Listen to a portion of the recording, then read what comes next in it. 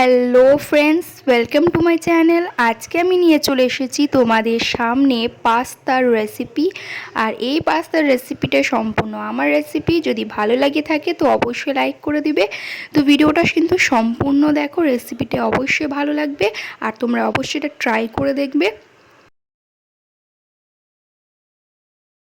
তো পাস্তা বানানোর জন্য আমি এখানে পাস্তা নিয়েছি। মার্কেটে বিভিন্ন শেপ পাওয়া যায়, তোমরা যে কোনো শেপ ব্যবহার করতে পারো।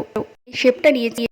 এখানে আমি একটা প্যানে দিয়ে দিয়েছি জল। এবার এর মধ্যে আমি পাস্তাগুলো দিয়ে দেব সেদ্ধ হওয়ার জন্য, আর দিয়ে দেব 1 চামচ মতন তেল। এতে পাস্তাগুলো গায়ে লেগে যাবে না, ঝুরঝুরে হবে। পাস্তাটাকে আমরা সেদ্ধ করতে দিব। যতক্ষণ এটা সেদ্ধ হচ্ছে তোমাদেরকে আমি ভেজিটেবল দেখিয়ে দিচ্ছি। এখানে আমি দিচ্ছি একটা মিডিয়াম সাইজের পেঁয়াজ কুচি, আর দিচ্ছি একটা ক্যাপসিকাম, আর 2 থেকে 3টে কাঁচা লঙ্কা কুচি। তো ততক্ষণে আমার পাস্তাটা হয়ে গেছে। এবার এরকম আমি একটা ঝাড়না নিয়েছি প্লাস্টিকের, এর মধ্যে আমি পাস্তাটার জলটাকে আলাদা করে নেব। দেখো পাস্তাগুলো একদম আলাদা হয়ে গেছে, ঝুরঝুরে হয়ে গেছে। এবার আমরা কড়াইয়ে চলে যাব। কড়াইয়ে আমি নিয়ে নিয়েছি, আর এটা আমি গরম করতে দিয়েছি। এর মধ্যে আমি 2 থেকে 4 চামচ আমি দিয়ে দেব সাদা তেল। এবার এর মধ্যে দিয়ে দেব 1 চামচ মতন কাঁচা লঙ্কা কুচি, আর দিয়ে দেব একটা মিডিয়াম সাইজের পেঁয়াজ কুচি।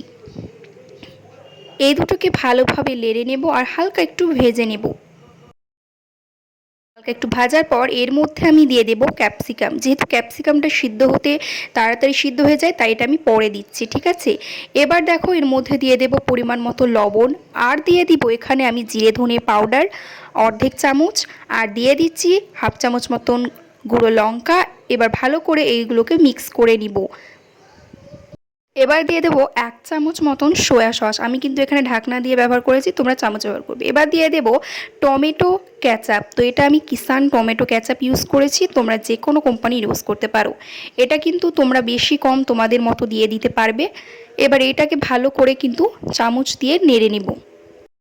ভাবে ট্রাই করলে কিন্তু টেস্টটা আমার মনে হয় বেশি ভালো লাগে, কিন্তু এটা জানি না কেউ করে কিনা, কিন্তু আমি করি। এর মধ্যে এবার কিন্তু সেদ্ধ করা পাস্তাগুলোকে দিয়ে দেব। এবার ভালো করে পাস্তাগুলোকে এইটা দিয়ে নেড়ে চেড়ে নেব। এতে ভালোভাবে মশলাটা যেন সব পাস্তাগুলোতে লেগে যায়। এবং এটা কিছুক্ষণ কিন্তু আমাদেরকে গ্যাসে এটা চাপিয়ে কাজটা করতে হবে, গ্যাস বন্ধ করলে হবে না। এভাবে চারিপাশ দিয়ে নেড়ে চেড়ে আমরা প্রায় 5 মিনিট মতন এভাবে নেড়ে চেড়ে নিব। এখনও কিন্তু গ্যাসটা চালুই আছে, কিন্তু লো ফ্লেমে রেখেছি, ঠিক আছে।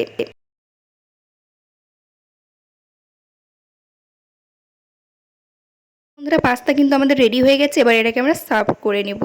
তো দেখো বন্ধুরা কত সুন্দরভাবে আমি খুব সহজে এবং খুব তাড়াতাড়ি পাস্তা তৈরি করে ফেললাম।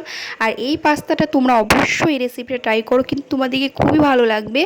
আর যদি ভালো লেগে থাকে তো অবশ্যই বলে দিয়েছি চ্যানেলটাকে সাবস্ক্রাইব করে দাও আরও নতুন নতুন ভিডিও পাওয়ার জন্য।